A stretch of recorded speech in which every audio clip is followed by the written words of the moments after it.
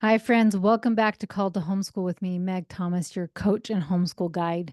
So, November is right around the corner. And what do I love to do every November? Encourage you to help you to stop yelling at your kids so you can feel better, your children behave better, and your homeschool gets to be so much more fun.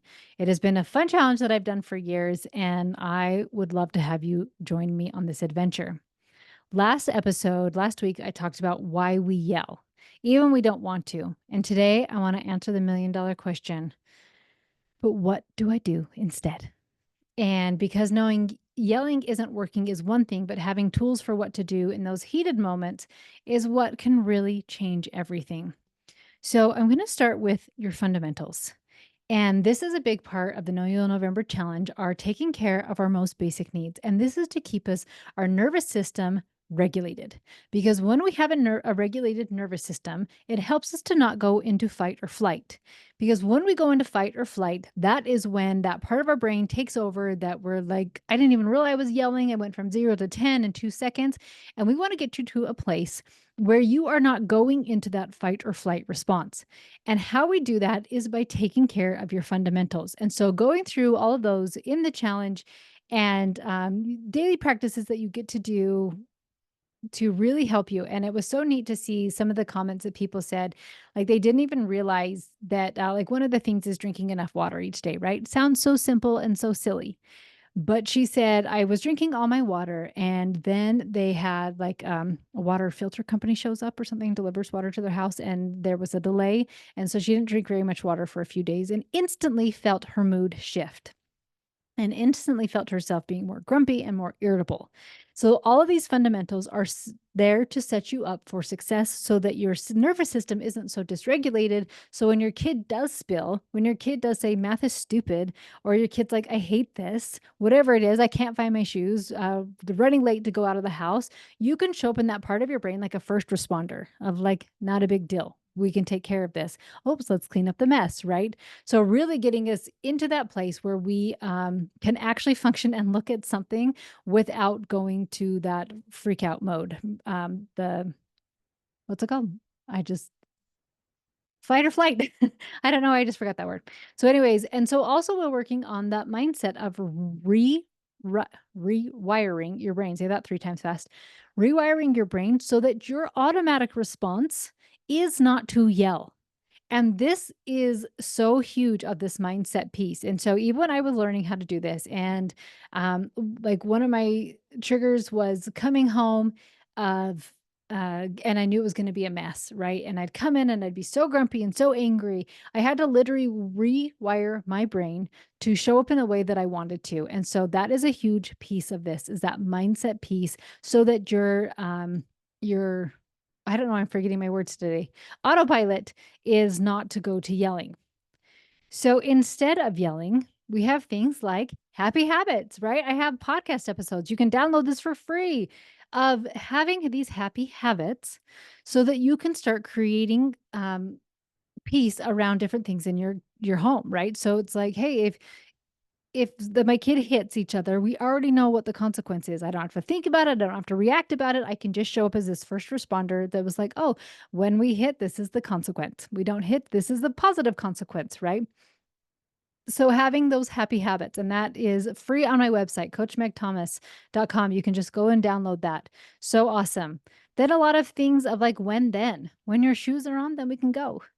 Or after you brush your teeth, then I can read you a book, right? Simple little things like that to set your kid up for success, so that you're not yelling like, brush your teeth, get your shoes on, right? It's like, okay, let's just reframe how I say some of these phrases. Giving your kids some choices, right? Do you want to do math on the table or on the couch? What would you like to do, right? So starting to give them choices and always connection first, getting on their level, eye contact, gentle touch. And I have to remind people that we're not connecting to manipulate. We're connecting to connect with them because we love them, right? And so it's not, I connected with you, now do the darn thing that I wanted you to do, but I connect you with you because I love you and they feel that, right? And so it helps them to become much more able to listen and respect you by doing these types of things. So these tools take practice, but every attempt builds a new habit and becomes your new autopilot of how you show up. So think about these tools if somebody wants to learn how to build and I give them a hammer and just say, go for it. You're probably not going to know exactly how to do it. But as I show you and over time, you'll get really good with that hammer, right? And that's how these tools are too, as you have somebody help you and show you how to use them properly and effectively, you get really good with these tools and show up in a really amazing space. And I also want to remind you that, like, you don't have to be perfect. Never, ever, ever do I think you have to be perfect. And you probably are going to yell. And to remember that you can always repair, right? And as you get better and better with this, you'll yell less and less and less until that desire is completely gone. But if you do make a mistake, apologize. Be humble about it, right? Don't add the but of like, I'm sorry I yelled, but you guys were being stinkers. I'm sorry I yelled, but you shouldn't have made a mess, right? But just like, I'm sorry I yelled. I really shouldn't have done that. That wasn't right. And I'm sorry, right? Really taking on the ownership that it was my choice that I yelled and you did not make me yell, because then your kids are going to start doing the same things of like, it's not my fault.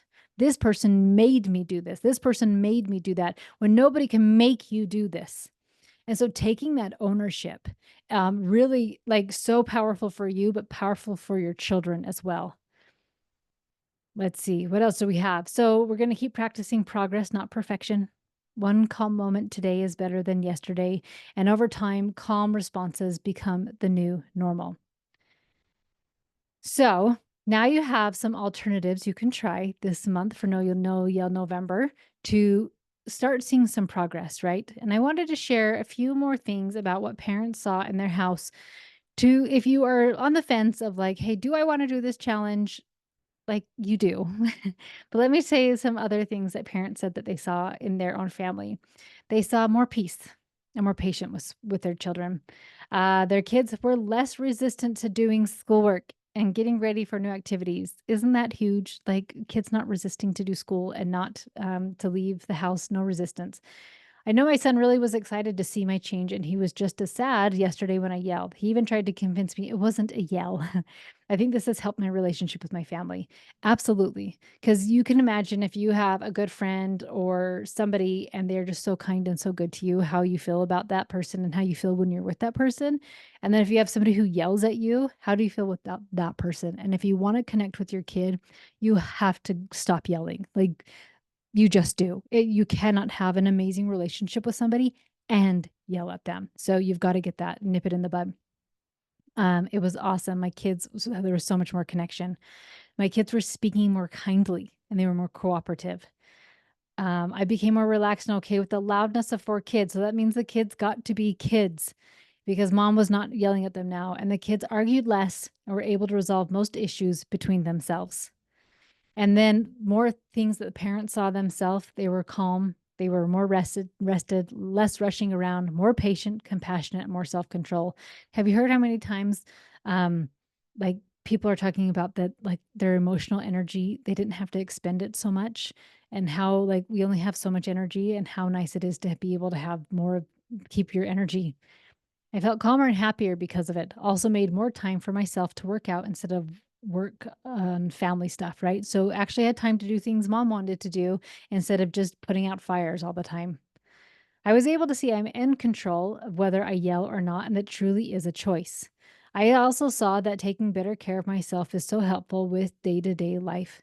I also noticed that it's easier to allow others to behave as they choose when I'm focused on how I'm behaving. I don't have to join my son when he's frustrated with school, and I can give him more space to experience what he's going through. I'm also more able to be there for him during those times. And this last one, the weekly coaching was helpful in noticing my actions and how I feel about what is going on. I have a long way to go, but I'm still going through it. Friends, if you're thinking, I want accountability, I want more tools, I want more help, I don't want to do this alone, please come and join me No Yell November in Mama's Members. It's a 30-day reset where you're going to get practical strategies, tons of encouragement, and support to finally help you break the cycle of yelling. The link to join is in my show notes, and I would absolutely love to have you join us. Let's choose connection over yelling this November.